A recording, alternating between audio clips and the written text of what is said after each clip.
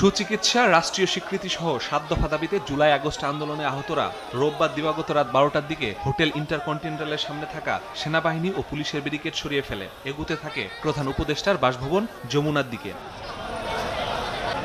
এরপর মিন্টু রোডের মুখে আবারও বাধার মুখে পড়েন আন্দোলনকারীরা।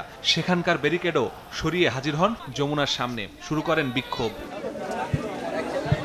আহতদের শান্ত করতে ঘটনাস্থলে ছুটে আসেন বৈষম্য বিরোধী ছাত্র আন্দোলনের আহ্বায়ক হাসনাত আব্দুল্লাহ। আন্দোলনরতরা ক্ষোভে ফেটে পড়ে তুলে ধরেন ৭ দফা দাবি। আমরা আন্দোলন করেছি শুধুমাত্র বাংলাদেশকে শান্ত করার জন্য, ফ্যাসিস্ট মুক্ত বাংলাদেশ গড়ার জন্য। এখন যদি আমরা ফ্যাসিস্ট মুক্ত করার লক্ষ্যে আগাইতে না পারি তাহলে ভাই আর কবে আগাবো ভাই। প্রায় ২ ঘন্টা অবস্থানের পর সরকারের নানা সীমাবদ্ধতার কথা তুলে ধরেন হাসনাত। জানান আওয়ামী দোসর আমলাদের জন্যই আহতদের রাস্তায় নামতে হয়েছে।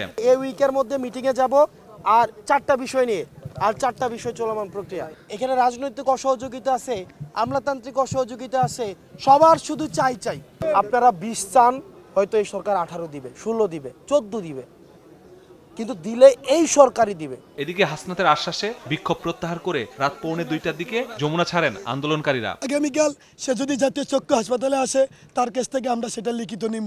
আজকে আমরা এখান থেকে চলে যাচ্ছি। তবে দাবি আদায় না হলে আবারও আন্দোলনের হুঁশিয়ারি তাদের।